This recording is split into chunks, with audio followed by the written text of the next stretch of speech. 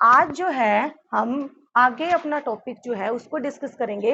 Last video के अंदर अपन ने क्या बताया था बेटा इसमें कि सोल्युबिलिटी जो है वो क्या होती है। दोबारा से देख लीजिए।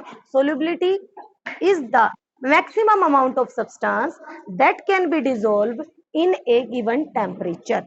आपने क्या लिया कि एक लिक्विड लिया, उसमें आपने 2 स्पून शुगर डाला।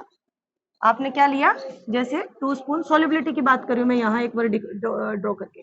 2 स्पून क्या डाला इसके अंदर, शुगर डाला।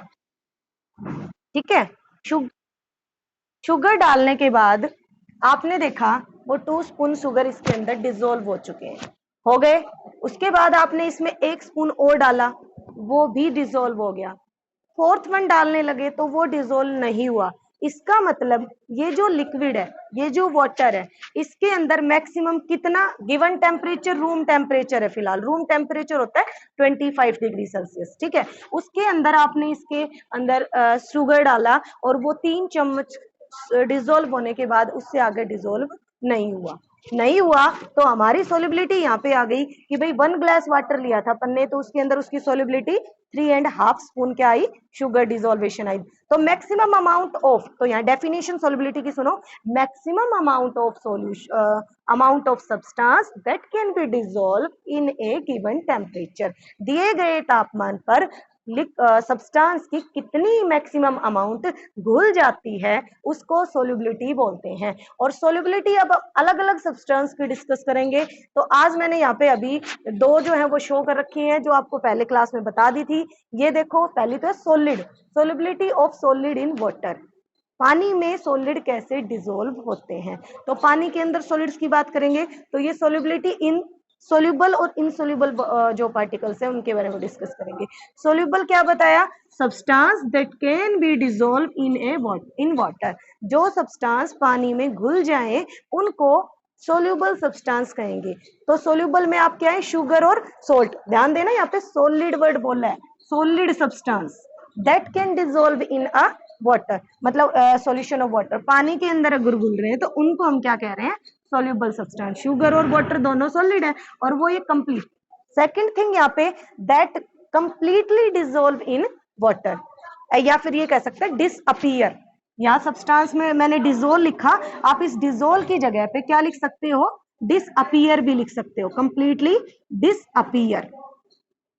ठीक है, डिसअपीयर इन वाटर, उसको हम क्या बोलेंगे, सोल्यूबल सब्सटेंस। तो ये शुगर और सोल्ट हमारा डिसअपीयर हो गया।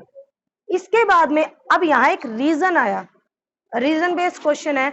और ये आपकी बुक में या इधर उधर कहीं से भी, जी वो ओलंपियाड की बुक हो या फिर आपकी एनएसटीएससी की हो, एनटीएससी की हो, उसमें कहीं पे भी क्वेश्चन आता है एमसीक्यू टाइप में, तो वो ये पूछता है, वो ये नहीं पूछेगा, या तो ये आपके पास एग्जाम्पल होके आएंगे कि भाई इनमें से ये बताओ कौन सा सोल्यूबल सब्सटेंस और कौन सा इनसोल्यूबल है, तो वो सॉलिड के बारे में बताया जाएगा। ठीक है, और या फिर ये पूछेगा कि ये जो सोल्यूबल सब्सटेंस है ये क्यों डिसॉल्व हुआ, वहां रीजन होगा। जो लिक्विड के पार्टिकल्स होते हैं, ये देखो किसके बात कर रहे हैं, वाटर के पार्टिकल्स, लिक्विड के पार्टिकल्स। और एक किसके पार्टिकल्स, मैं नीचे ड्रॉ कर रही हूं अभी, ये देखो, ये तो पार्टिकल्स हैं लिक्विड के, और ये जो पार्टिकल्स हैं मैं यहां दिखा रही हूं गैस के, और यहां जो पार्टिकल्स हैं वो हैं सॉलिड के।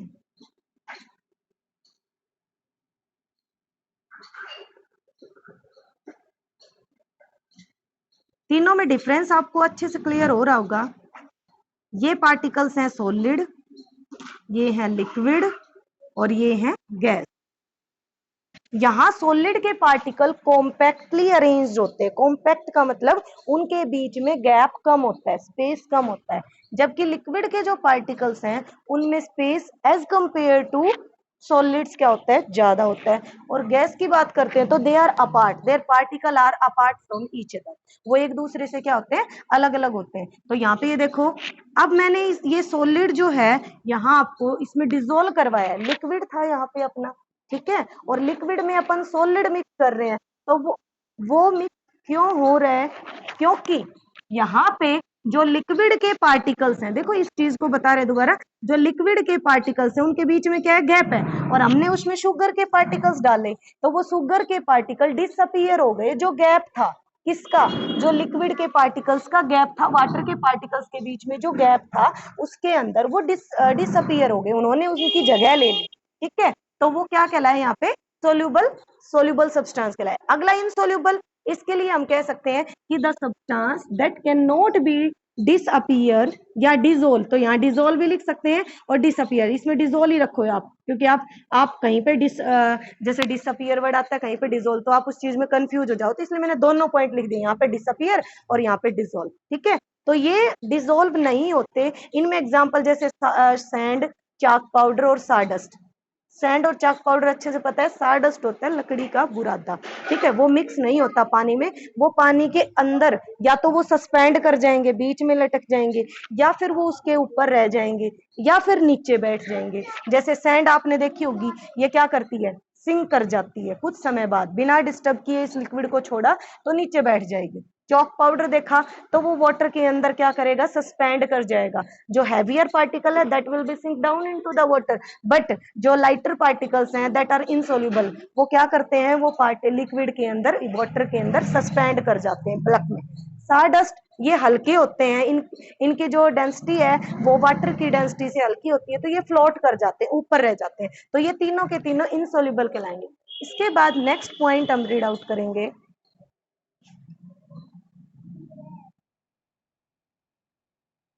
Solubility of liquid in water.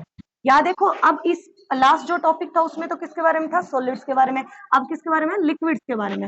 Liquids जो है मिसिबल और इमिसिबल को डिफाइन करेंगे। Miscible, the liquid which get mix in water completely, जो लिक्विड वाटर के अंदर पूरी तरीके से घुल जाए, उसमें कोई भी सेपरेटेबल लेयर दिखाई ना दे, उनको हम क्या बोलेंगे, miscible liquids. Example, milk, vinegar, lemon juice. Vinegar ये कल भी बताया था आपको, और अगेन फिर देखिए, dilute form of acetic acid, ये एसिटिक एसिड दिया हुआ है, ये इसका केमिकल सिंबल है। आप कब कोई भी जो लेटर है उसको छोटा नहीं करोगे, ये कैपिटल लेटर है, और ये एच जो है इसके नीचे 3 लगा हुआ है, CH3COOH, ये आपको हायर क्लासेस के अंदर बनाने भी सिखाए जाएंगे। ठीक है, और ये आप नेक्स्ट उस वीडियो में आप चेक भी कर सकते हो, कभी मैं आगे बनाऊंगी उसमें, तो ये कैसे बनते हैं। ठीक है, तो यहाँ पे क्या है, एसिटिक एसिड, एसिटिक एसिड की डाइल्यूट फॉर्म, डाइल्यूट का मतलब उसमें वाटर की मात्रा ज्यादा है और जो अपना एसिटिक एसिड है उसकी मात्रा कम है, तो वो डाइल्यूट फॉर्म कहलाएगी, उसको विनेगर बोलते हैं, ये पानी में डिसॉल्व हो जाता है।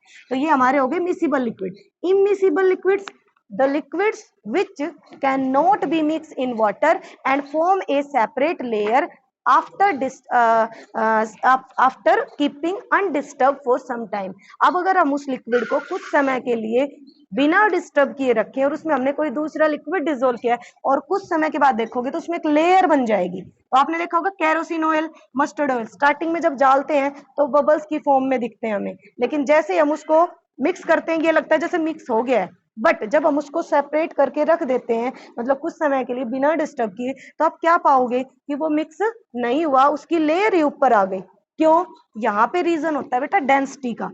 तो क्या होता है यहाँ रीजन, डेंसिटी। डेंसिटी क्या होती है, मास पर यूनिट वॉल्यूम, मास पर यूनिट वॉल्यूम। तो यहाँ पे जो है डेंसिटी जो है लिक्विड्स में किसकी, ऑयल की, लेस है किससे, वाटर से। तो यहाँ लिख सकते हैं डेंसिटी का सिग्नल, ये सिंबल ये है, मैंने यहाँ लिख दिया इसमें liquid, it is less than density of water. तो वो जिसकी डेंसिटी, लिक्विड की डेंसिटी वाटर से कम होगी, दैट विल फ्लोट, क्या कर जाएगा वो, फ्लोट ऑन सरफेस, वो उसके ऊपर तैरेगा। तो ये इसकी वजह से हुआ, ये आप इंपोर्टेंट करके राइट कर सकते हो, इंपोर्टेंट।